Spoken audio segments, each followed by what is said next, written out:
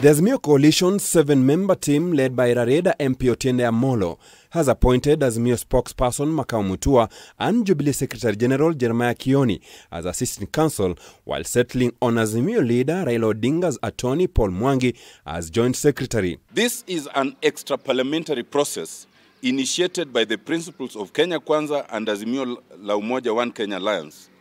We urge our counterparts to accept the text and spirit of the Constitution of public participation, consultation and inclusivity in such processes. The move appearing to be a demonstration of their resolve in ensuring the bipartisan talks transition into an extra-parliamentary process, with Amolo citing public participation as a concern.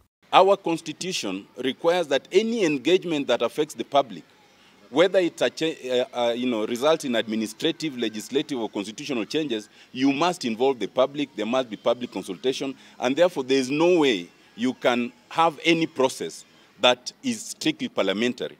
It can end up in parliament ultimately, but it cannot be strictly parliamentary. In any event, we have just said that the process was initiated by our principles. Our own principle is not in parliament. So to say it's a strictly parliamentary process is defeatist, because it would suggest that it was initiated inside of parliament. The inclusion of the 3 non-lawmakers in the Azimio team is expected to complicate the process, considering the Kenya Kwanza side have stated that the process must be strictly parliamentary. The demand by Azimio that Kenya Kwanza drops Eldas MP Adan Kainan from their negotiators compounds the prospects of the talks further. The issue of party discipline is one of the 4 cardinal issues on the table, and its inclusion is in bad faith, unlawful and intended to delay the process. We therefore request our counterparts to reconsider and replace Honorable Kainan.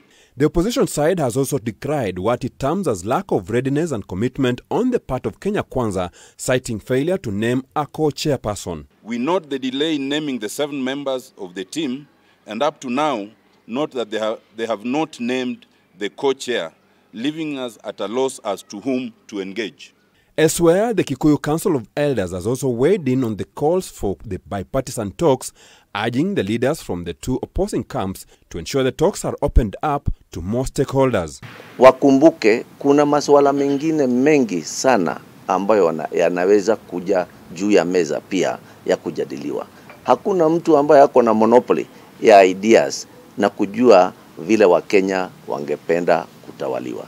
We refuse to be represented by just a parliamentary formation, and we want a new formation based on Bomas too, so that everyone is included. Sisi tunataka amani, na kwa hivyo hiyo kamati tunasema kitu moja, ikiundwa tuwe wote na watu wote wa Kenya wawe hapo ndani, sio wabunge peke yao.